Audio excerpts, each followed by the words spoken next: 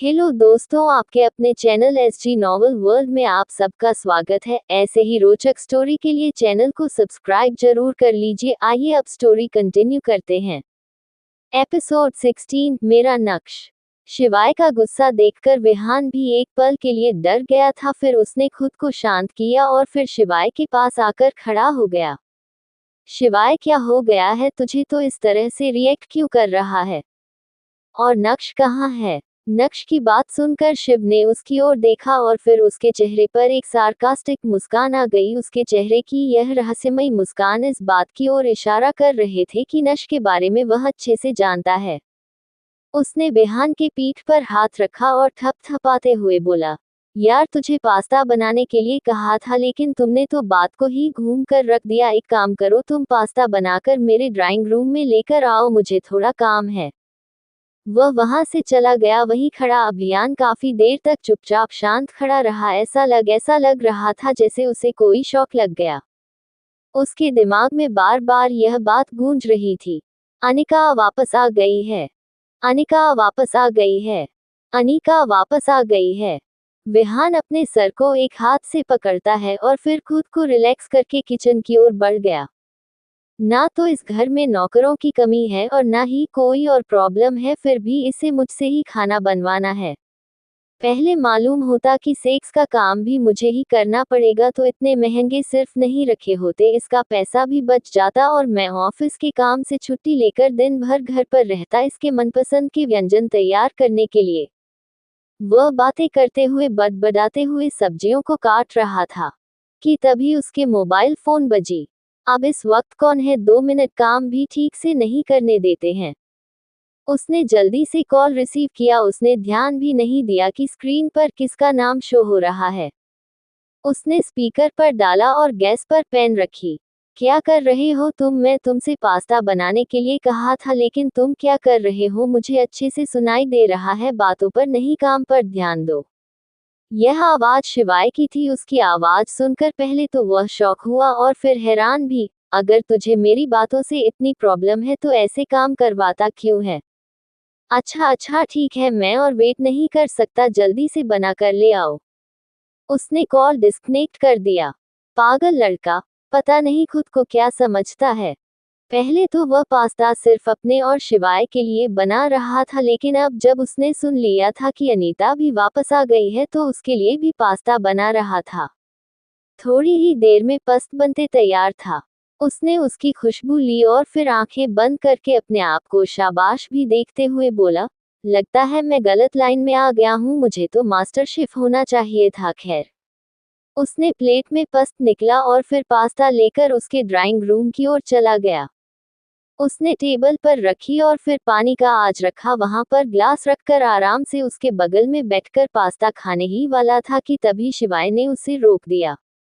अरे अभी तो रुको, अब क्या हुआ? वह हैरान होकर बोला, कुछ खास नहीं, मैं बस सोच रहा था कि क्यों ना कल तुम मेरे लिए कुछ थाई बनाओ।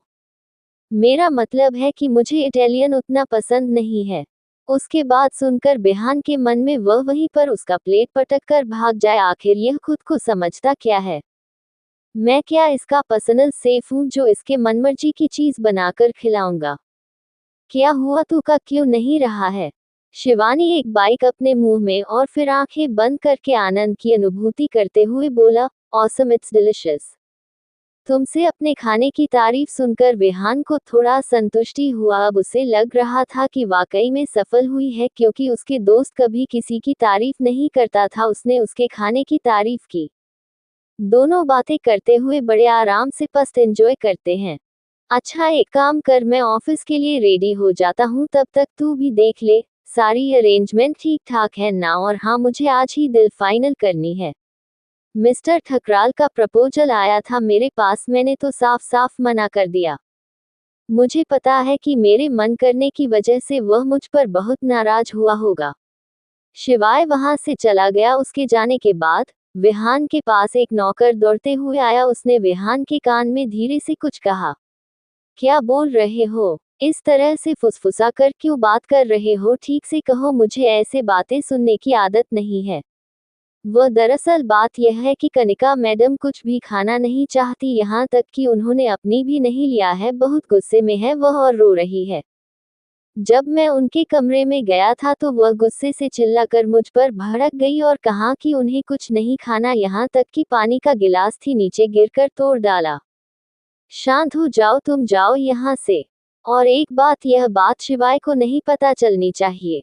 विहान को समझ में नहीं आ रहा था कि वह क्या करे। उसने देखा कि शिवाय को आने में अभी काफी वक्त लगेगा। वह जल्दी से सीढ़ियों से चढ़ते हुए ऊपर के कमरे में गया, जहां पर उसने देखा कि अनिका बेड पर बैठी हुई खिड़की पर अपना सर का बाहर के नजरों को देखते हुए एकदम शांत। उसकी आंखें फैलकर बड़ी बड़ी हो गई थी। उसकी आंखों में जो आंसू थे वह सूखकर काले काले निशान छोड़ चुके थे।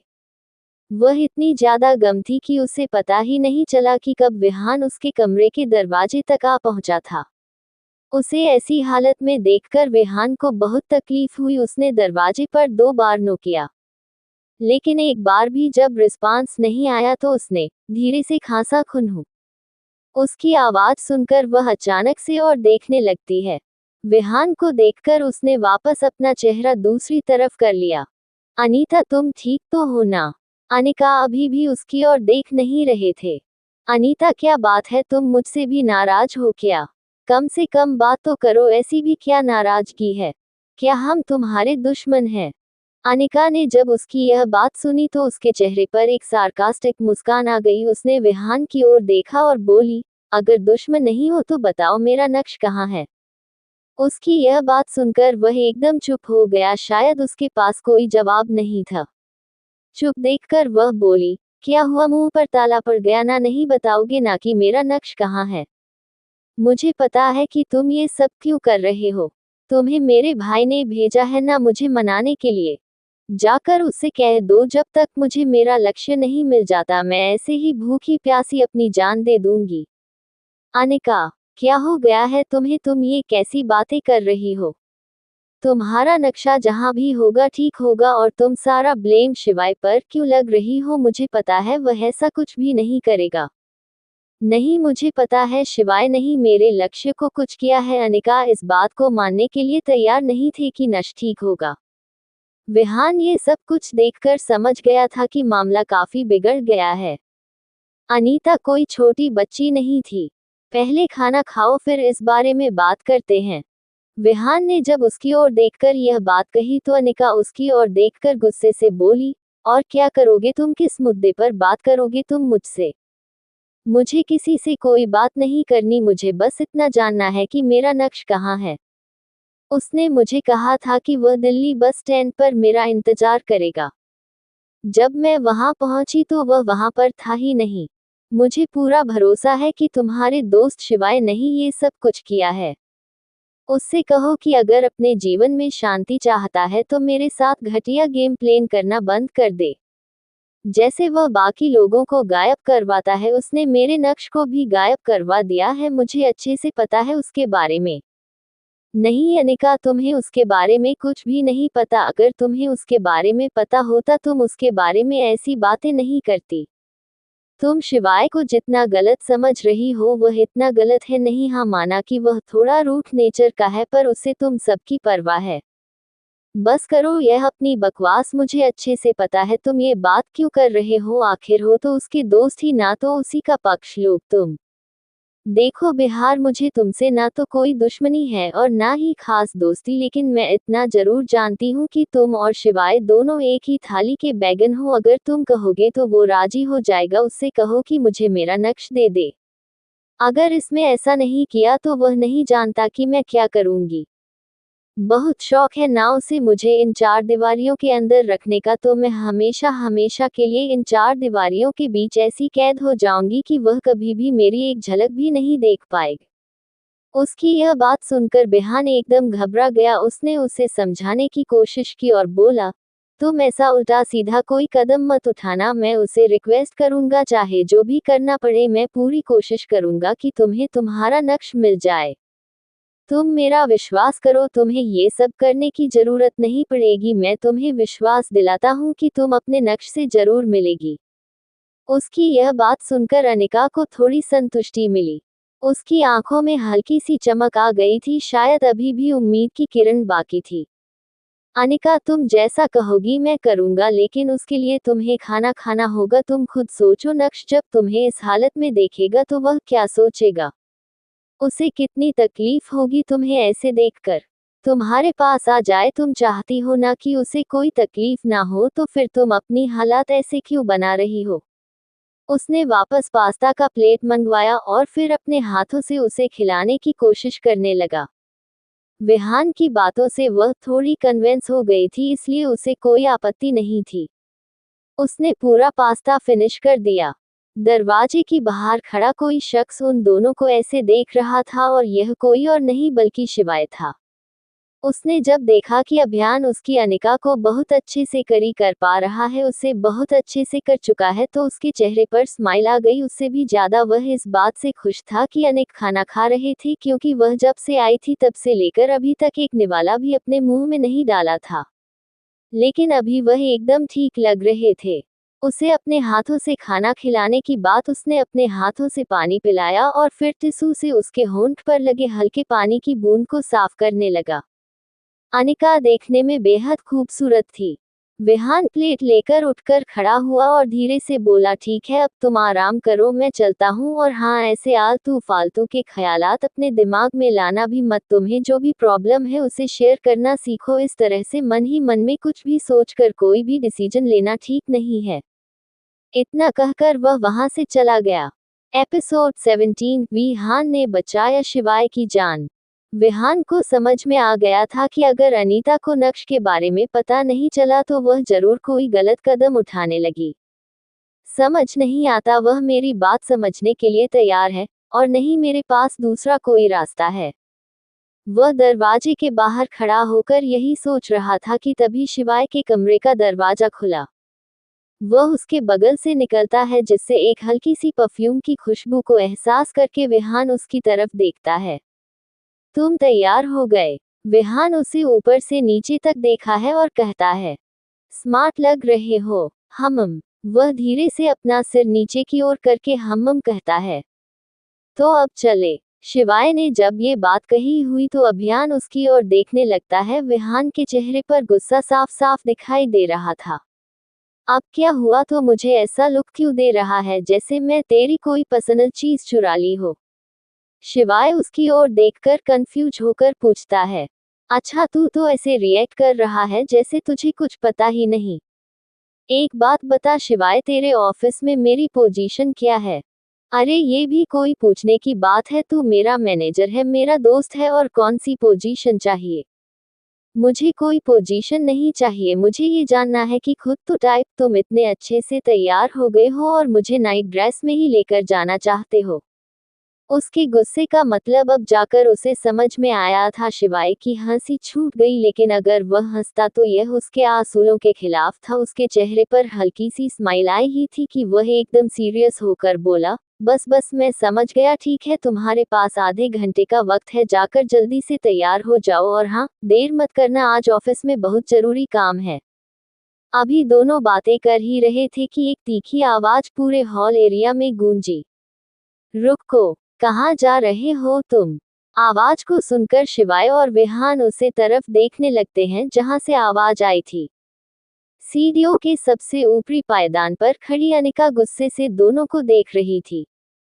अनिका को देखकर शिवाय के चेहरे का एक्सप्रेशन बदल गया।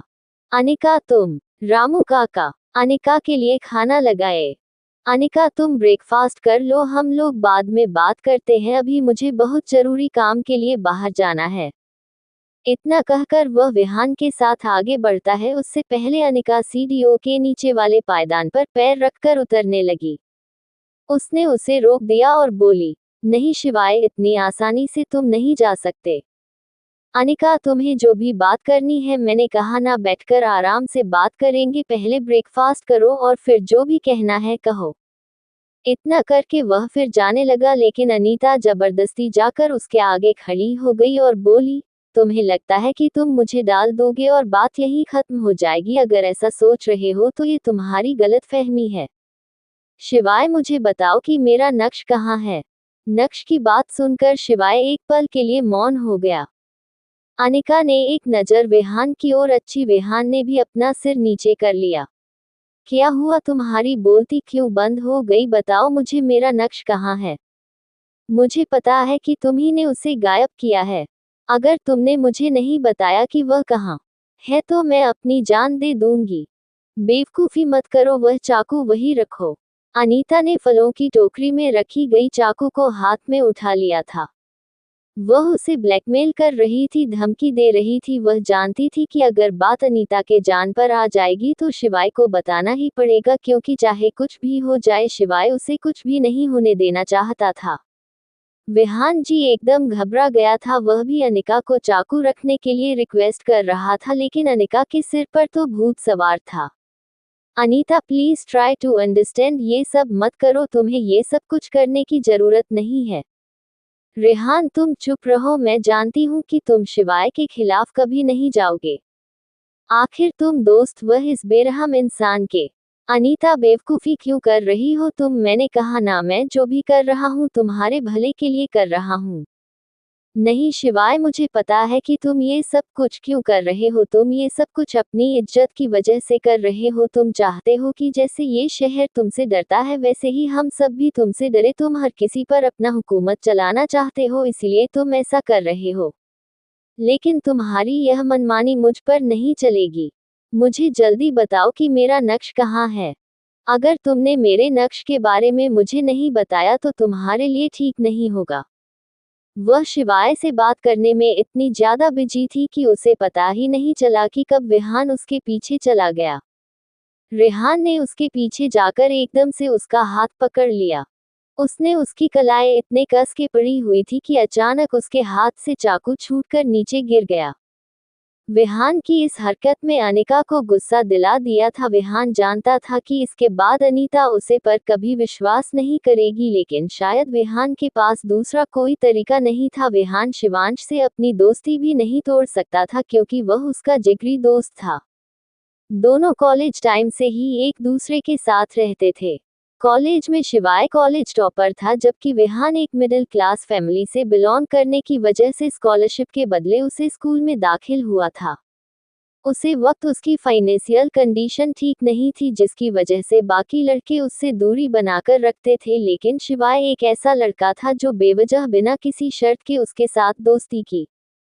उसे वक्त का समय था और आज का समय, दोनों ने एक दूसरे का साथ अभी तक पूरी शिद्दत से निभाया था और शायद अभी भी निभाने वाले थे। शिवाय ने अनिका को कंधे से पकड़ा और फिर उसे डांटे हुए बोला, अनिका तुम पागल हो गई हो क्या? तुम उसे मामूली से नक्श के लिए मुझसे झगड़ा कर रही हो। तुम्हें पता भी है कि उसकी सच्चाई क्या है। मुझे नहीं जानना है कि उसकी सच्चाई क्या है, और मुझे ये सब कुछ कहकर चुप नहीं कर सकते।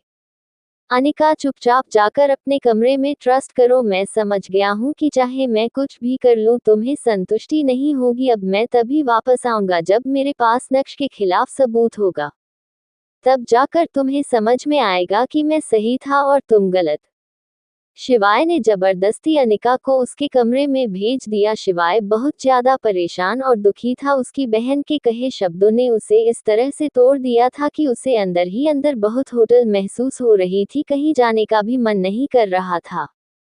अनिका के चले जाने के बाद विहान ने शिवाय की ओर देखा और बोला, शिवाय क्या तुम मुझे भी नहीं बताओगे कि तुमने नक्श के साथ क्या किया?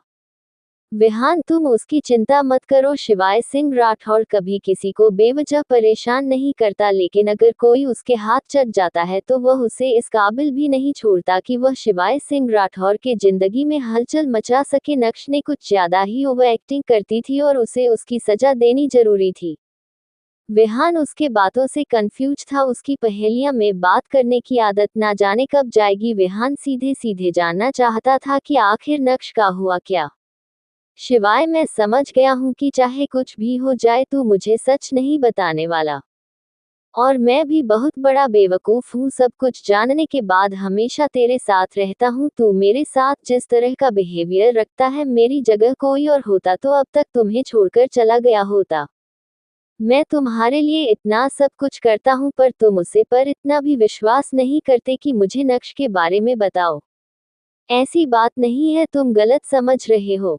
शिवाय उसे समझाने की कोशिश करता है लेकिन विहान के समझ में कहाँ कुछ आने वाला था। गुस्से के आगे वह शिवाय के बात का कोई तवज्जो नहीं दे रहा था। नहीं शिवाय, तुम्हारे झूठे दिलासों से मैं बहने वाला कोई छोटा बच्चा नहीं हूँ। मैं समझ गया हूँ कि तुम्हारी नजरों में मेरी कोई औकात नहीं है, और वैसे भी जहाँ इज्जत ना हो वहाँ पर काम नहीं करना चाहिए। मैं अभी इसी वक्त तुम्हारे ऑफिस, तुम्हारे काम, हर चीज से खुद को खारिज करता हूँ। मुझे नहीं रहना है तुम्हारे साथ। शिवाय उसे रोकने की कोशिश करना चाहता था लेकिन शायद उसका एटीट्यूड उसे ऐसा करने से रोक रहा था। शिवाय और विहान बहुत पक्के दोस्त हैं। अभी तक उन दोनों में कभी लड़ाई या नहीं हुई थी। हालांकि कभी कभी लोग जोक हो जाती थी, पर वह सिर्फ मजाक मस्ती में, ऐसे सीरियस होकर कभी दोनों ने एक दूसरे के साथ लड़ाई नहीं की थी। और लड़ाई करते भी कैसे, विहान उसे अपना सब कुछ मानता था, अपनी छोटी सी छोटी बात उससे शेयर करता था। इनफैक्ट उसका हर बात मानता था, उसके हर जरूरत के वक्त उसके पास मौजूद होता था। शिवाय उसे रोकना चाहता था लेकिन शायद अपने एटीट्यूड की वजह से उसके मुंह से शब्द नहीं निकल पा रहे थे। लेकिन जिन शब्दों ने उसके मुंह पर घेरा डाला हुआ था, शायद वह शब्द इतनी ज्यादा दुखी करने वाले थे कि उसकी आंखों में नमी बनकर उभर गए थे। अभी 2 पल ही नहीं बीते थे कि शिवाय की आंखों से टिप टिप करके आंसू की बूंद जमीन पर गिरने लगी। पूरी दुनिया में अपना रुतबा दिखाकर डरने वाला शिवाय आज अपने दोस्त के चले जाने पर रो रहा था। ये किसी उपहास से काम नहीं था, पर यह सच था। विहान भी राठौर मेंशन को छोड़कर जा रहा था लेकिन उसके कदम इतने भारी हो गए थे कि एक पग भी उसे पर रखा नहीं जा रहा था। अचानक विहान पीछे मुड़कर देखता है। शिवाय घुटने के बाद जमीन पर बैठा हुआ था। विहान कुछ समझ पाता कि उससे पहले उसे एक हल्की सी आवाज सुनाई दी, जिसे सुनकर वह उसे तरफ नजर दौड़ाता है। जैसे ही उसने उसे तरफ देखा, उसकी आंखें शोक की वजह से बड़ी हो गई। वह बिना सोचे समझे बहुत तेज दौड़ता है। वह एकदम से शिवाय की ओर दौड़ रहा था। शिवाय को लगा जैसे उसका दोस्त वापस आ रहा है। शिवाय के चेहरे पर हल्की सी स्माइल आ गई। वह उठकर खड़ा हो गया, अपनी दोनों बाहर फैलाकर अपने दोस्त का वेलकम करने के लिए वह खड़ा ही था कि अचानक एक अजीब सी आवाज हुई और वह कुछ समझ पाता कि तभी उसके आगे विहान आ गया था। और वह हाई स्पीड में चलने वाली चीज सीधे उसके कंधे पर आकर लगी। वह एक राइफल से निकली हुई बुलेट थी जो उसके कंधे पर लग चुकी थी। जैसे ही वह जमीन पर गिरा, शिवाय उसे संभालने के लिए उसे पकड़ता है। जैसे सिक्योरिटी का ध्यान उसे तरफ, क्या सभी उसे पकड़ने के लिए भागे, लेकिन तब तक वह आदमी वहां से भाग गया था। उसे पकड़ पाना मुश्किल था। शिवाय जोर जोर से चीख रहा था, रेहान तो ठीक तो है ना? तुम्हें कुछ नहीं होगा। मैं तुम्हें कुछ भी नहीं होने दूंगा। बंदूक की गोली उसके कंधे को छूकर निकल गई थी लेकिन इसका कंधा जख्मी हो गया था। बुलेट की रफ्तार इतनी तेज थी कि विहान दर्द से एकदम तड़प उठा था। शिवाय उसके कंधे से बहने वाले खून को रोकने की कोशिश करते हुए उसे पर अपना हाथ रखता है, जिसकी वजह से वह दर्द से और तेज कराह उठा। गोली चलाने वाला भाग चुका था। 45 मिनट बाद शहर के सबसे महंगे अस्पताल में उसका इलाज चल रहा था। डॉक्टर, वो ठीक तो है ना? शिवाय ने घबराकर डॉक्टर से यह बात कही। डॉक्टर ने उसके कंधे पर हाथ रखा और थपथपाते हुए बोला, रिलैक्स मिस्टर राठौर, आपके दोस्त मिस्टर विहान बिल्कुल ठीक है। इनफैक्ट मैं तो ये कहता हूँ कि इनके जैसा बहादुर शायद इस दुनिया में कोई होगा। ये जानते हुए भी कि अगर वह आपको बचाएंगी तो उनके साथ ऐसा कुछ हो सकता है। उन्होंने आपको बचाने की कोशिश की और आप पर आने वाली मुसीबत को खुद पर डालने की कोशिश की। यह कोई छोटी बात नहीं है। आप बहुत किस्मत वाले हैं जो आपको ऐसा दोस्त मिला है। सही कहा आपने डॉक्टर, मैं बहुत किस्मत वाला हूँ। दोस्त के मामले में तो कुछ ज्यादा ही। वह मेरे लिए बहुत प्रेशियस है, मैं उसे खोना नहीं चाहता। आपको जितने भी पैसे चाहिए, जो भी ट्रीटमेंट करनी है करिए, मैं उसे एकदम स्वस्थ देखना चाहता हूँ, पहले जैसा। शिवाय पहली बार किसी से रिक्वेस्ट कर रहा था। आप चिंता मत कीजिए, वह बिल्कुल ठीक हो जाएंगे। बात कोई बड़ी नहीं है, इसलिए ज्यादा घबराने की बात नहीं है। आप आधे घंटे बाद उनसे मिल सकते हैं। डॉक्टर के चले जाने के बाद उसने सिक्योरिटी एजेंट को कॉल किया। मैंने जो कहा उसका एक एक शब्द बिल्कुल सच है। आपके सिक्योरिटी गार्ड के होते हुए मुझ पर जानलेवा हमला हुआ, मैं ये कतई बर्दाश्त नहीं कर सकता। मुझे ऐसी सिक्योरिटी गार्ड की कोई जरूरत नहीं है।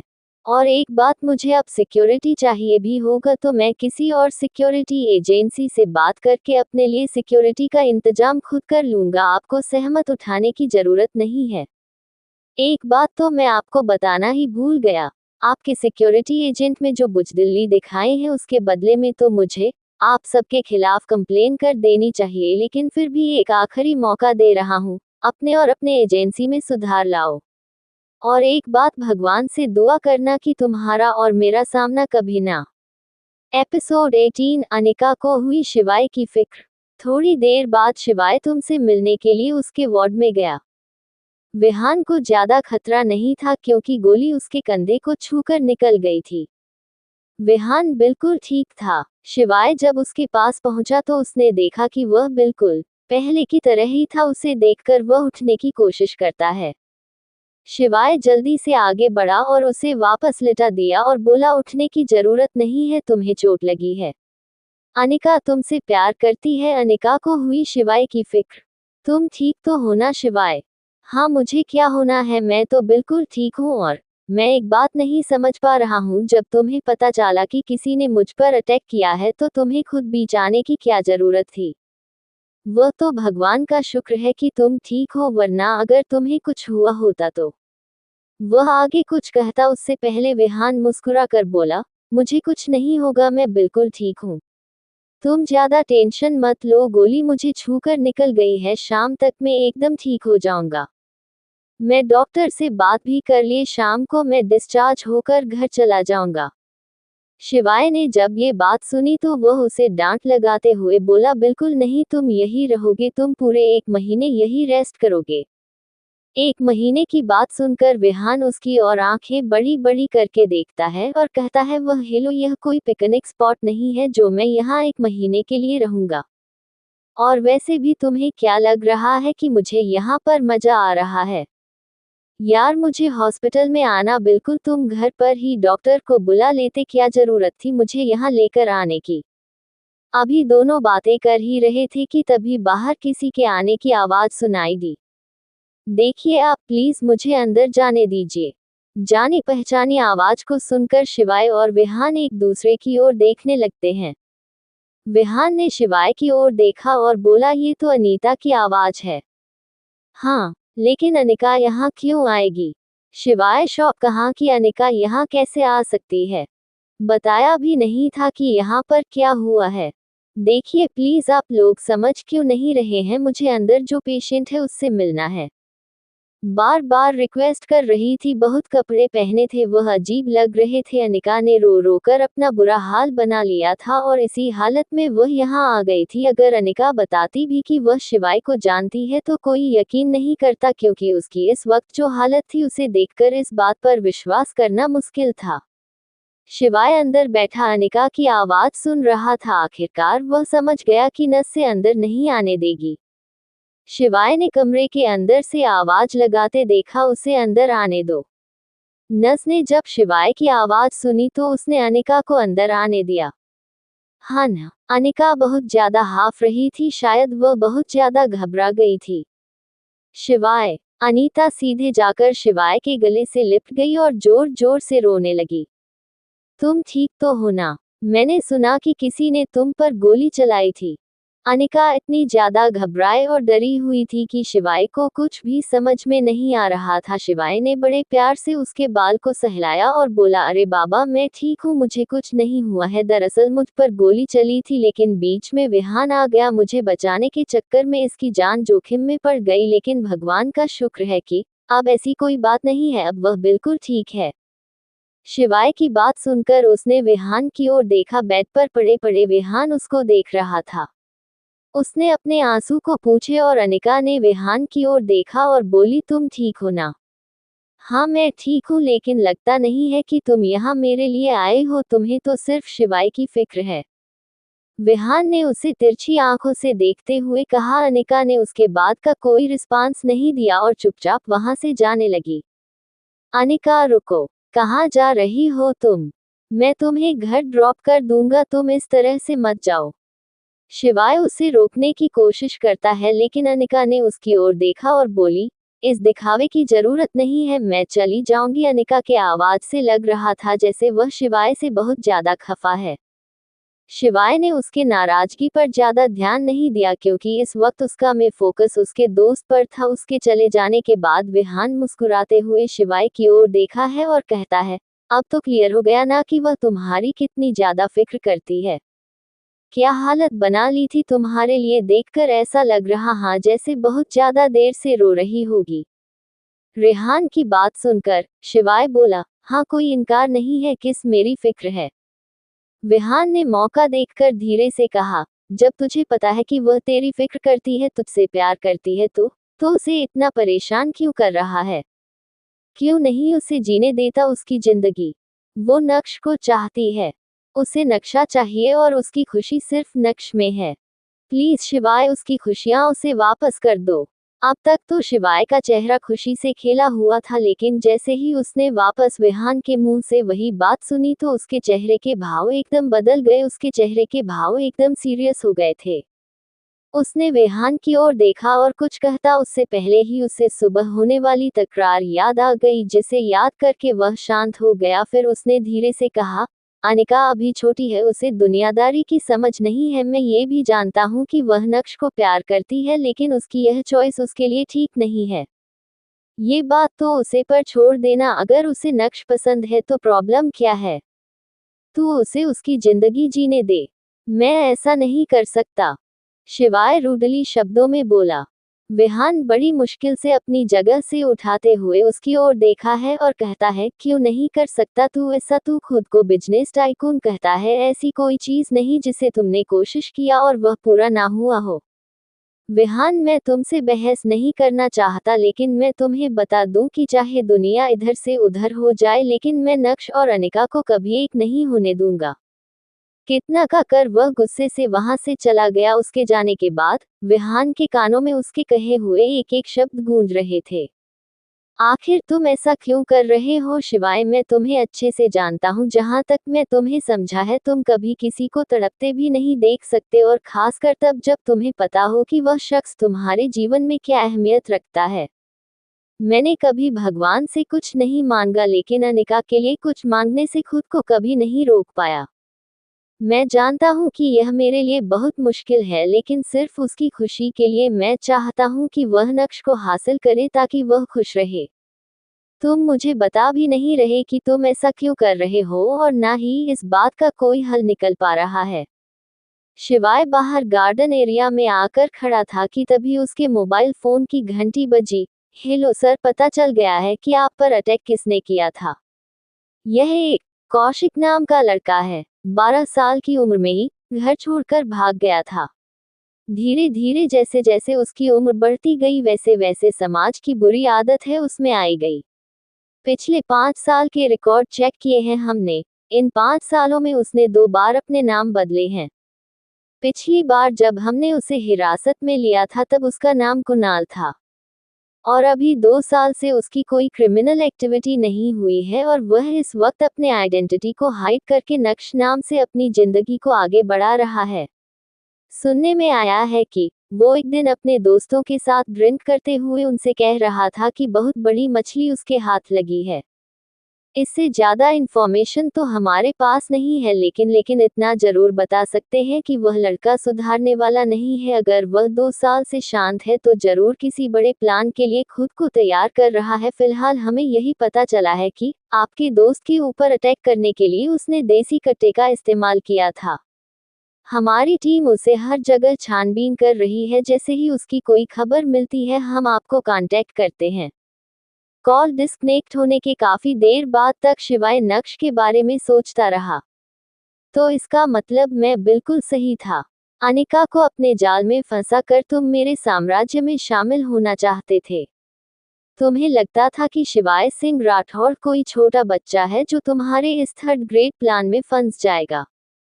अब तुम देखो मैं तुम्हारा क्या हाल करता हूँ। शिवाय ने मोबाइल फोन को अपने जेब में रखा और सीधा रेहान के पास पहुंचा। रेहान के पास आकर उसने उससे कहा, देखो बिहार, तुम यहाँ रेस्ट करो। अभी अभी मुझे इन्फॉर्मेशन मिली है कि तुम पर अटैक करने वाले का पता चल गया है, और मुझे थोड़ा काम भी है, तो मैं चलता हूँ। बताओ मुझे कौन था वह जो तुम्हारी जान लेना चाहता था। विहान सवालिया नजरों से उसकी ओर देखा है। विहान की आंखों में सवाल और क्यूरियसनेस देखकर वह स्माइल करता है और कहता है, पहले ठीक हो जाओ मेरे भाई, बाद में ये सारी बातें डिस्कस करेंगे, फिलहाल मुझे जाना होगा, तुम खुद का ख्याल रखो, अगर कोई भी प्रॉब्लम होती है तो बिना सोचे मेरे पास कॉल करना। शिवाय मुझे कुछ नहीं हुआ है, मैं भी तुम्हारे साथ चलता हूँ। चुपचाप आराम करो तुम। शिवाय उसे डांट लगता है और फिर वहां से चला जाता है। शिवाय के जाने के बाद विहान का मन बेचैन हो रहा था। उसका दोस्त इस तरह से अकेले जा रहा था। अभी 3 घंटे पहले ही तो उसे पर अटैक हुआ था। अगर इस बार भी किसी ने उसे पर अटैक किया तो विहान नहीं चाहता था कि वह अकेले इस तरह से जाए। विहान बार बार कॉल मिलने की कोशिश करने लगा, लेकिन शिवाय ने उसकी कॉल देखी, फिर स्माइल करके उसका कॉल डिस्कनेक्ट कर दिया। सिस्टर सिस्टर प्लीज बोतल निकाल दीजिए, मैं बिल्कुल ठीक हूँ, मुझे अपने दोस्त के साथ जाना है। विहान वहां खड़ी नर्स से बार बार रिक्वेस्ट कर रहा था, लेकिन नर्स ने उसकी ओर देखा और बोली, सॉरी सर, पर हमेशा नहीं कर सकते मिस्टर राठौर, में स्ट्रिक्ट ऑर्डर दिया है कि हम आपका खास ख्याल रखें, और हाँ, आप उनके बिना परमिशन के नहीं जा सकते, अगर हमें ऐसा किया तो हमारी नौकरी भी जा सकती है, please sir try to understand. Nurse की बात सुनकर वो खुद से बड़बड़ाते हुए बोला, नर्स को भी मना कर दिया, आखिर समझता क्या है खुद को। उसे लगता है कि हर जगह उसी की मनमानी चलेगी। अरे माना कि मेरी तबीयत थोड़ी खराब है, पर क्या मैं कोई छोटा बच्चा हूँ। सर प्लीज आप लेट जाए, आप इस तरह से बातें करेंगी तो आपकी तबीयत और बिगड़ जाएगी, अभी घाव भर नहीं है, जख्म एकदम ताज़ा है, आपको रिलैक्स की ज़रूरत है, प्लीज सर। आपकी हेल्थ में अगर कोई भी कॉम्प्लिकेशंस आती है तो हमारी जब भी जा सकती है। नर्स ने जब अपनी दुख भरी कहानी सुनाई तो वह भी शांत हो गया। उसे मन ही मन शिवाय पर गुस्सा आ रहा था। मानना पड़ेगा, खुद तो अपने साथ लेकर गया नहीं, ऊपर से अस्पताल में काम करने वाले नर्स को भी डरा कर रखा है। मैं आने की क्या जरूरत थी। एपिसोड 19 पारुल हुई परेशान। जैसा कि शिवाय ने कहा था, पारुल ने आखिरकार पूरा काम फिनिश कर दिया था। उसे समझ में नहीं आ रहा था कि वह क्या करे, क्योंकि अभी तक शिवाय ऑफिस नहीं आया था। इस बात की खुशी भी थी कि वह यहाँ नहीं है। वह निधि के पास गई। निधि ने जब उसे देखा तो उसे देखकर वह मुस्कुराए और बोली, अरे यार, तू खुद चाहती थी ना कि वह तुम्हारे आसपास ना रहे, तो फिर परेशान क्यों हो रही हो। निधि, तू मेरी बात नहीं समझी थी, मैंने ये कहा था कि मैं नहीं चाहती कि मैं उसके साथ काम करूं, लेकिन तुझे पता है अगर वह देर से आया तो भी वह मुझे परेशान करने का एक भी मौका नहीं छोड़ेगा। मैं चाहती हूँ कि यह फाइल जो मैंने तैयार करके रखी है उन्हें दे दो, उसके बाद से तो मेरी सारी टेंशन ही खत्म हो जाएगी। जब इतनी दिक्कत है तो कॉल करके पूछ क्यों नहीं देती। निधि ने उसे एडवाइस दिया, लेकिन निधि की बात देखा और बोली, कॉल करके पूछ लेना। न बाबा, न मैंने कॉल करने वाली, तुझे लगता है कि वह मेरा कॉल रिसीव करेंगे। वह शिवाय राठौर है, उनसे बात करना इतना आसान नहीं है। लेकिन तेरा कॉल जरूर रिसीव करेंगे क्योंकि तू उनकी सेक्रेटरी है ना। देखो पारुल, बात को समझने की कोशिश करो, तुम्हारे यहाँ होने से मुझे डिस्टर्ब हो रहा है। पारुल ने जब निधि की बात सुनी तो वह थोड़ी मायूस हो गई। उसने निधि की ओर देखा और बोली, ठीक है, अगर तुम्हें प्रॉब्लम हो रही है तो कोई बात नहीं, मैं कुछ सोचती हूँ। पारुल वहां से सीधे अपने डेस्क के पास आकर बैठ गई। काफी देर तक सोचने के बाद आखिरकार उसने शिवाय को कॉल मिला ही दिया। शिवाय कॉल रिसीव करता उससे पहले ही पारुल को लगा जैसे कोई उसकी ओर आ रहा है। उसमें पीछे मुड़कर देखा तो 2 लड़कियां उसकी ओर आ रही थी। ये दोनों लड़कियां स्ट्रक्चर डिपार्टमेंट से थी। नई बिल्डिंग को बनाने के लिए क्लाइंट को जो डिजाइन दिखाई जाती थी, उन डिजाइन को बनाने का काम ये दोनों लड़कियां करती थी। अर्चना और मनाली दोनों काफी ज्यादा खूबसूरत और बोल्ड लग रही थी। दोनों ने अपने बालों की पोनी बनाई हुई थी। दोनों के कपड़े लगभग सिमिलर थे। दोनों ने डिजाइनर स्लीवलेस टॉप और नीचे जीन्स पहनी हुई थी। उनकी लाइफस्टाइल और उन्हें देखकर लगता नहीं था कि वह किसी फाइनेंशियल कंडीशन की वजह से यहाँ काम करती है। दोनों काफी अच्छे घराने से लगती थी। जैसे ही पारुल ने उन दोनों को वहां आते हुए देखा, वह एकदम से खुद को ठीक करके आराम से खड़ी हो गई। मनाली में उसे ऊपर से नीचे तक देखा और फिर उसे ताना मारते हुए बोली, अच्छा तो तुम हो जो हमारे बॉस की नई सेक्रेटरी हो। अर्चना जरा देखो तो इसे, इससे बेहतर तो और इससे मॉडर्न हमारे यहाँ मांगने वाली लगती है। अर्चना ने उसकी बात सुनकर एक तेरी मुस्कान पास थी और उसके हाँ में हाँ मिलाते हुए बोलो, तुम्हारी बात बिल्कुल सही है। मुझे भी इसे देखकर विश्वास नहीं हो रहा है कि हमारे बस में से कम कर रखा है। तुम खुद सोचो ना, जो खुद को बेहतर नहीं कर सकती वह हमारे एसआर कंपनी के लिए क्या कर सकती है भला। आप दोनों ये क्या बातें कर रही है? मेरे कपड़ों और मेरे काम से क्या लेना देना है? का कोर्स लेना देना है शायद तुम जानती नहीं, कपड़े हमारे व्यक्तित्व को दर्शाते हैं, ये तो पता ही होगा मिस बहान जी। Tears of joy, tears of joy, tears of joy, tears of joy, tears of joy, tears of joy। दोनों की बातें सुनकर ऐसा लग रहा था जैसे उन्हें पारुल से बहुत ज्यादा प्रॉब्लम है। एकदम पागल के पास पारुल के गले में लगे दुपट्टे को अपने हाथ में लिया और फिर उसे निहारते हुए बोली, तुम्हें लगता होगा कि तुम यह मासूम और भोली सूरत बनाकर हम सबको धोखा दोगी, तो तुम्हारा सोचना बिल्कुल गलत है। हमें अच्छे से पता है कि तुम यहाँ किस मकसद आए हो।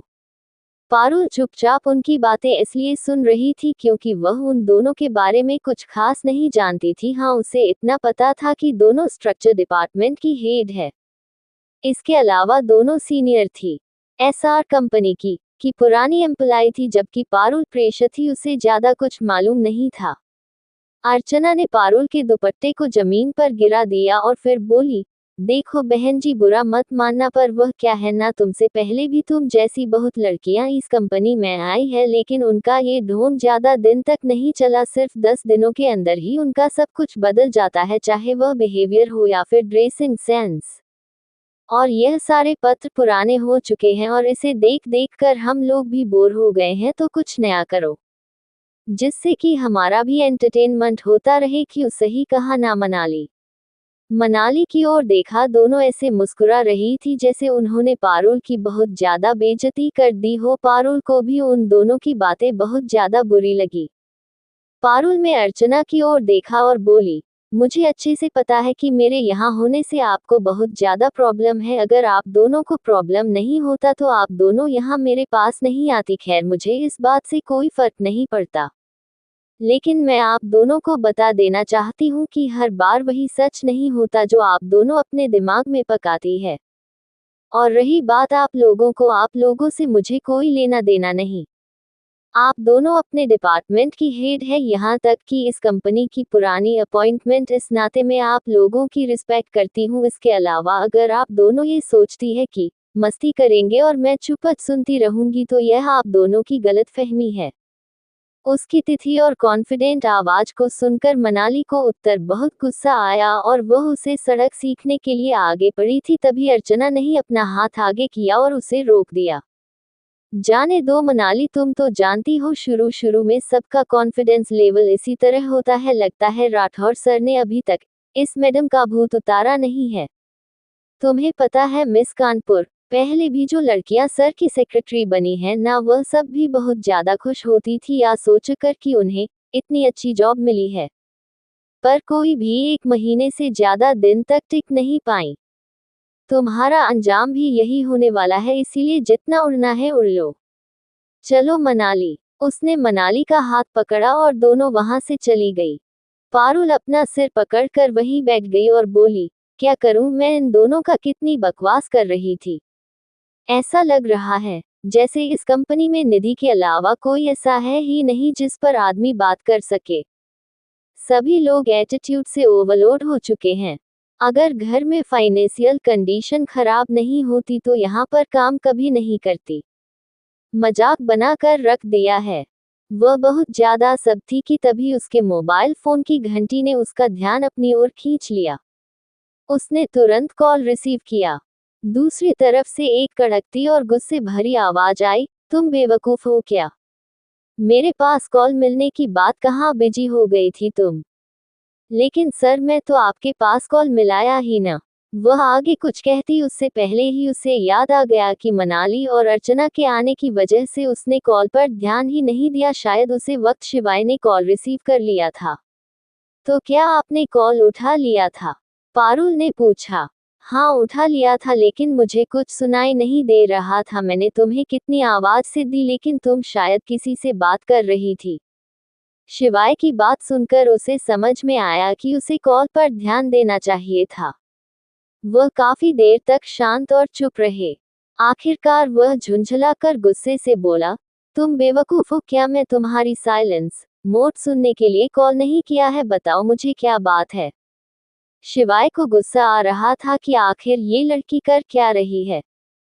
अब क्या हुआ? तुम कुछ बोल क्यों नहीं रही हो? तुम बार बार साइलेंस मोड में चली जाती हो।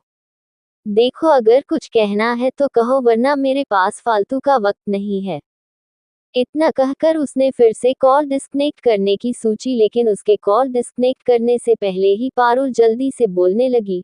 सर, जैसा कि आपने कहा था कि मुझे उन सभी फाइल को एनालाइज करना है, तो मैंने वह सारा काम कंप्लीट कर दिया है और मैंने जो नई फाइल बनाई है उसे आपके टेबल पर रख दिया है। मैंने ये जानने के लिए कॉल किया था कि आप कब तक ऑफिस आएंगे। देखो, मेरा आज तो आप आना पॉसिबल नहीं है क्योंकि मैं बहुत जरूरी काम में बिजी हूँ। तुम एक काम करो, मेरे केबिन में जो वहां पर एक पॉट रखा है उसमें एक छोटा सा की होगा, उसे लेफ्ट साइड में बनी एक ड्रोन को खोलकर देखना, उसमें एक छोटी सी डायरी है। उसमें मिस्टर अमन कुलकर्णी का नंबर है, उन्हें कॉल करो और उनके साथ कल की मीटिंग फिक्स करो। और एक बात, कोशिश करना कि कल की मीटिंग फिक्स हो जाए, क्योंकि मेरा शेड्यूल कल के बाद बहुत ज्यादा बिजी होने वाला है। इसलिए मैं चाहता हूँ कि मेरा प्रोजेक्ट शुरू हो और मेरा जो ड्रीम है उसे पूरा करने में अमन मेरी सहायता करें। और यह सब तभी पॉसिबल है जब तुम उन्हें कन्विंस कर पाओगे, क्योंकि मेरे पास इतना वक्त नहीं है कि मैं उन्हें कॉल करके उन्हें कन्विंस करूं, और यह मेरा काम नहीं है। सर, आप सिर्फ अपनी बातें बताते जा रहे हैं, अब मेरी भी तो बात सुनो। पारुल परेशान होकर कहती है। सर, एक डॉक्यूमेंट है जिस पे आपकी साइन की जरूरत है और वह काफी ज्यादा जरूरी है। अगर आज आप ऑफिस नहीं आ पाएंगे तो कैसे पॉसिबल होगा? देखो, मैंने कहा ना, मेरा यहाँ रहना जरूरी है, मैं ऑफिस नहीं आ सकता। बात को समझने की कोशिश करो। सर, आप भी समझने की कोशिश कीजिए। शिवा ने गहरी सांस ली और फिर बोला, अच्छा ठीक है, मैं तुम्हें एक एड्रेस सेंड करता हूँ, तुम वहां आकर मिलो। सिर्फ एक सिग्नेचर ही तो है, मैं कर दूंगा। लेकिन सर, लेकिन क्या? तुम्हारे बहाने कब खत्म होंगे? करना है तो तुम्हें तो यहाँ आना ही, सोच लो, ये तुम्हारी प्रॉब्लम है। पारुल को समझ में नहीं आ रहा था कि वह क्या करे। शायद उसके पास दूसरा कोई ऑप्शन ही नहीं था, क्योंकि वह डॉक्यूमेंट भेजना जरूरी था। सर, आप कहे तो मैं किसी और के हाथ से भिजवा देता हूँ। वह एक्चुअली बात की है कि ठीक है, तुम्हें मेरे पास आने में इतनी ही प्रॉब्लम हो रही है तो रहने देते हैं, और हाँ, मुझे कॉल मत करना। शिवाय गुस्सा होकर कॉल डिस्कनेक्ट कर देता है, लेकिन उससे पहले नहीं, उससे लोकेशन शेयर कर दीजिए और वापस डिलीट करना भूल गया। बेवकूफ लड़की, समझ नहीं आता कि मैं इस लड़की को कम पर रखा क्यों है, इसे इतना भी नहीं हो पता। एक बार, सिर्फ एक बार मुझे मौका मिले, फिर मैं बताता हूँ कि मैं क्या हूँ। शिवाय को बहुत ज्यादा गुस्सा आ रहा था, लेकिन उसने बड़ी मुश्किल से अपने गुस्से को काबू किया। एपिसोड 20। पारुल ने किया पीछा। पारुल ने सोचा कि बेकार में परेशान होने से अच्छा है कि वह खुद शिवाय के पास जाकर एनी प्रॉब्लम को सॉल्व करें। डॉक्यूमेंट लिया और ऑफिस से निकल गई। जब राठौर मेंशन में दादी पहुंचती है, उन्हें देखा कि पूरा राठौर मेंशन खाली था। दादी हमेशा ही राठौर मेंशन में आती थी, हालांकि वहां रहना उन्हें ठीक नहीं लगता था कि आवाज से मिलने के लिए कभी कभार वहां आ जाया करती थी। दोपहर के तकरीबन 2 बजे बज रहे थे। वह जब वहां पहुंची तो उन्होंने देखा कि पूरा हॉल एरिया खाली था। दादी धीरे धीरे सीढ़ियों से होते हुए सीधे अपने कमरे में जाने लगे। हालांकि दादी यहाँ नहीं रहती थी, लेकिन शिवाय ने उनके लिए भी एक बड़ा सा पर्सनल रूम बनवाया था, जो कि उनके सहूलियत के हिसाब से बना था। दादी को कहानियों का बहुत ज्यादा शौक था, इसलिए उसे कमरे में एक छोटी सी लाइब्रेरी भी थी, जिस पर अलग अलग तरह की कहानियों की पुस्तक बहुत अच्छे से सजाकर रखी गई थी। दादी के कमरे में ही दादाजी की बड़ी सी तस्वीर, जिस पर फूलों का हार लटक रहा था। दादी अपने कमरे को नहीं मारते हुए एक एक चीज को छूकर देख रही थी। उनका पोता उन्हें कितना प्यार करता है यह उसे कमरे को देखकर ही पता लगाया जा सकता था। शिवाय ने अपने दादी की एक एक छोटी से छोटी चीज को ध्यान में रखकर इस पूरे कमरे को बनाया था। दादी की आंखों में आंसू आ गए थे। उन्होंने अपने पति की तस्वीर की ओर अच्छी और फिर उनसे शिकायत करते हुए बोली, काश आप यहाँ होते तो आपको समझ आता कि मैं कितनी अकेली हूँ। खाने के तो मेरे पास किसी बात की कमी नहीं है, अगर कमी है तो सिर्फ और सिर्फ वक्त की। मेरे लिए किसी के पास वक्त नहीं है। बेटा और बहू अमेरिका जाकर शिफ्ट हो गए। पोती अपने मनपसंद के लड़के के साथ चली गई। और एक शिवाय है जो मेरी परवाह करता है, तो वह भी अपने कामों में इतना गम रहता है कि उसके पास भी मेरे लिए वक्त नहीं। कहता है कि दादी आकर मेरे साथ रहो, लेकिन आप ही बताएं उसके साथ रहना मुमकिन है क्या। खैर मैं भी आपसे शिकायत करने बैठ जाती है, ये जानते हुए भी कि आपको मेरी आवाज सुनाई नहीं दे रही होगी। पर मैं क्या करूं, इंसान हूं ना, सब कुछ भूल जाती हूं। अब तो बस सिर्फ एक ही ख्वाहिश है कि कोई लायक लड़की मेरे सिवाय के लाइफ में आए। मैं बस अपने पोते का घर बसे हुए देखना चाहती हूँ। दादी अपने मन की बातें बता नहीं रही थी कि तभी उन्हें बाजू वाले कमरे से किसी की आहट सुनाई थी। वह जल्दी से कमरे से बाहर निकलती है। इस वक्त कौन काम कर रहा है, और जब मैं ऊपर आई थी तब तो मुझे कोई नहीं देखा था। यह जरूर निर्मला का काम होगा। मैंने उससे कहा था कि सारा काम सुबह में फिनिश कर दिया करो, इस तरह से दोपहर में डिस्टर्ब करना अच्छी बात नहीं है। दादी अपने मन से यह सारी बातें बोलते हुए कैमरे से बाहर निकलती है। जब वह उसे कमरे में पहुंची तो उन्होंने देखा कि अनिका ड्रॉर कपड़े निकाल रही थी। अनिका को देखकर अचानक से दादी की आंखों में चमक आ गई। अनीता बेटा तुम यहाँ। अचानक से दादी की आवाज सुनकर अनिका पीछे की ओर मुड़ती है। उसने देखा कि दादी दरवाजे पर ही खड़ी थी। अनिका ने जब दादी को देखा तो उसकी आंखें भर आए। अनिका बिना सोचे समझे जाकर सीधे दादी के गले से लिपट कर रोने लगी। काफी देर तक वह रोती रही, उनके गले से लिप्त हो आंसू बहा रही थी। धीरे धीरे उसकी सुस्कियां थमते थमते थामे। बेटा बस करो, इतना रोना ठीक बात नहीं है, और वैसे भी तुम्हें किस बात की फिक्र है जो तुम इतना रो रही हो। तुम्हारी दादी अभी जिंदा है, बताओ मुझे क्या बात है। अनिका अपनी दादी की ओर भेजती है। आपसे अपने चेहरे पर फिक्स स्माइल आते हुए कहती है, नहीं दादी ऐसी कोई बात नहीं है। वह क्या है ना, बहुत दिनों की बात आपसे, इसलिए थोड़ी इमोशनल हो गई थी। अच्छा तो तुम अब अपनी दादी की दादी बन रही हो। देखो बच्चा, ये बोल मैं धूप में सफेद नहीं किए हैं, अच्छे से जानती हूँ मैं तुम्हें। आप बताओ मुझे क्या बात है, तुम इतना क्यों रो रही हो। मैंने कहा ना दादी ऐसी कोई बात नहीं है, आप बेकार में टेंशन ले रही है। आप लिए यहाँ बैठिए, मैं आपके लिए जूस लेकर आता हूँ। वह बात को डालकर वहां से जाना चाहते थे, लेकिन दादी ने कस के उसका हाथ पकड़ लिया और अपने बगल में बिठा दिया और बोली, मुझे बताओ क्या बात है। और रही बात जूस की तो उसकी टेंशन तो मत लो, वह सब कुछ बाद में होगा। पहले मुझे बताओ कि मेरी पोती इतना उदास क्यों है। दादी एक्चुअली बात यह है कि उसे दिन में घर से निकली थी, लेकिन बस स्टैंड पर नक्श आया ही। उसी दिन मैं अपने शिवाय को ये बोलकर निकली थी कि मैं कानपुर जा रही हूँ, इसलिए मैं सीधे कानपुर चली गई, क्योंकि मैं जानती थी कि वह जरूर इस बात की इन्वेस्टिगेशन करेगा। वहां जाकर मैंने काफी देर तक उसका इंतजार किया, लेकिन वहां भी वह नहीं आया। कानपुर से मैं वापस दिल्ली आने के लिए बस में बैठे ही थी कि तभी शिवाय के आदमी वहां पहुंच गए मुझे लेने के लिए। वह तो वहां पर मुझे एक लड़की मिल गई थी, उसने मुझे उसके आदमियों से बचा लिया। मैं भी उसे लड़की से यह नहीं बताया कि शिवाय मेरा क्या लगता है। आखिरकार मुझे वापस जहां आना ही पड़ा, क्योंकि मैं जान गई हूं कि शिवाय नहीं नक्श को कुछ किया है। ये कहते कहते अनिका बहुत ज्यादा उदास हो गई थी। अगर ऐसी बात है तो तुमने शिवाय से पूछा क्यों नहीं। दादी ने जब उससे कहा तो अनिका ने परेशान होकर कहा, दादी मैं शिवाय से एक बार नहीं बल्कि कई बार पूछा है, लेकिन वह मुझे बताने के लिए तैयार ही नहीं। जब भी मैं उससे ये सवाल करती हूँ वह एकदम चुप हो जाता है, ऐसे प्रिटेंड करता है जैसे उसे मेरी आवाज सुनाई नहीं दे रही है। ठीक है बेटा, तुम चिंता मत करो और इस तरह से आंसू मत बनाओ, मैं उससे बात करूंगी। मुझे पूरा विश्वास है कि वह मेरी बात को डालेगा नहीं, वह मुझे मना नहीं कर सकता। आखिरकार मैं दादी हूँ उसकी। मुझे समझने के लिए, शिवाय तो मुझे समझने के लिए तैयार ही नहीं है।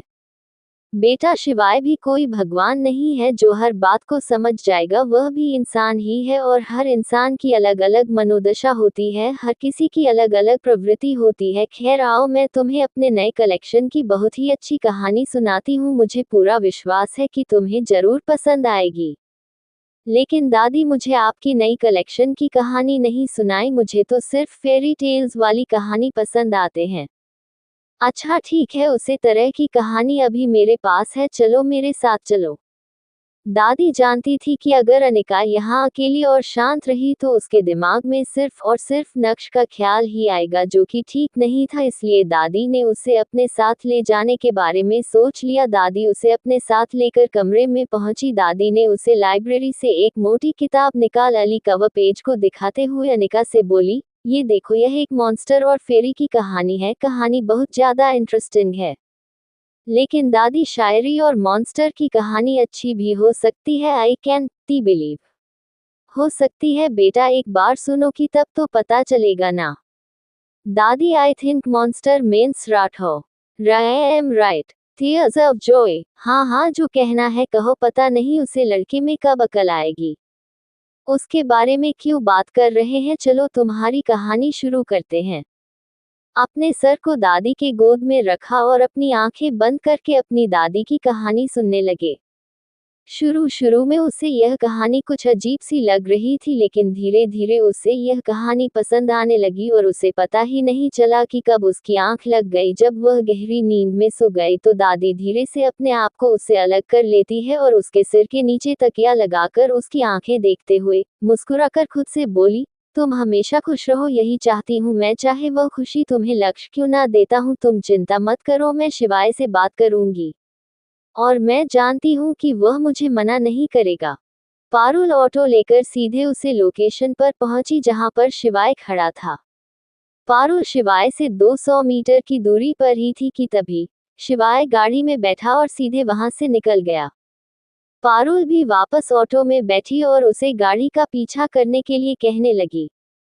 शिवाय के मोबाइल फोन पर शायद किसी का कॉल आया था। उसने कॉल रिसीव किया, स्पीकर पर डालकर फोन से बातें करते हुए तेज रफ्तार से गाड़ी ड्राइव कर रहा था। अरे भैया, अब क्या कर रहे हो, थोड़ा और तेज चलाओ ना, देखो वह गाड़ी कितनी तेज जा रही है। अरे मैडम, वह वो लैम्बोर्गिनी है और मैं ऑटो वाला हूँ, आपको महंगी गाड़ी और ऑटो में फर्क दिखाई नहीं देता क्या? अरे भाई, फिर भी तुम्हारे ऑटो की थोड़ी सी भी तो स्पीड होगी ना, मैं बस चाहती हूँ कि मैं जल्दी से अपनी मंजिल तक पहुँच जाऊँ। परेशान होकर ऑटो वाले को अपनी स्पीड बढ़ानी पड़ी। ऑटो वाला लगातार उसका पीछा कर रहा था। शिवाय बातें करते हुए गाड़ी ड्राइव कर रहा था। तेज रफ्तार से गाड़ी हाईवे पर दौड़ रही थी, उसके पीछे पीछे ऑटो। कभी कभी पारुल अपनी गर्दन निकलकर बाहर देखने की कोशिश करती और खुद से कहती, बाप रे बाप, की आदमी गाड़ी चला रहा है या रेलगाड़ी। स्पीड इतनी है कि देखकर ही चक्कर आने लग रहे हैं। अरे मैडम, अपना फिर बाहर मत निकालिए, हम कह रहे हैं ना कि हम उसका पीछा कर रहे हैं, आप टेंशन मत लीजिए। माना कि हमारा ऑटो थोड़ा पुराना हो गया है, लेकिन पीछा तो कर ही सकते हैं ना। आखिरकार शिवाय की गाड़ी की स्पीड धीरे धीरे कम होने लगी। हाईवे से निकलकर एक चौड़ी सड़क जा रही थी, जिसे होते हुए उसने अपनी गाड़ी दूसरी तरफ टर्न किया। ऑटो में बैठी पारुल थी, उसके पीछे पीछे जा रही थी। आखिरकार एक बड़े से फार्म हाउस के आगे शिवाय की गाड़ी रुक गई। क्या कहते हैं मैडम, आप यही रुकेंगे या फिर आपको पिक करने के लिए मैं भी यही रुक जाऊं? ऑटो वाले की बात सुनकर पारुल थोड़ा सोचती है और फिर धीरे से बोली, नहीं भैया, मुझे नहीं पता कि मुझे कितना वक्त लगेगा, इसलिए आप चाहिए मैं वापस आ जाऊंगी, आप चिंता मत कीजिए। वैसे कितने पैसे हुए? अरे क्या मैडम, इतने बड़े आदमी की पत्नी होकर मोलभाव कर रही है। ओह हेलो भैया, आप किस दुनिया में रहते हैं, मेरी अभी शादी नहीं हुई है और वह आदमी जिसके पीछे मैं यहाँ आए हूँ वह मेरे बॉस है, तो प्लीज इस तरह की बातें अपने मन मत सोचिए। और वैसे भी अगर मुझे शादी करनी होगी तो मैं किसी भी मांगे से कर लूंगी, लेकिन उसे खड़ूस से नहीं। लगता है आपकी आपके बॉस से नहीं बनती है। अरे बनना क्या, उसे खड़ूस से किसी की भी नहीं बनेगी भैया, मैं आपको बता रही हूँ, इस पूरी दुनिया में वह वन पीस ही बना होगा, उसके जैसा तो इस पूरी कायनात में कोई नहीं होगा। बाकी का नेक्स्ट एपिसोड नेक्स्ट पार्ट में कवर करेंगे। कहानी को लाइक शेयर कमेंट जरूर करें और प्लीज लाइक भी जरूर करें। Thank you.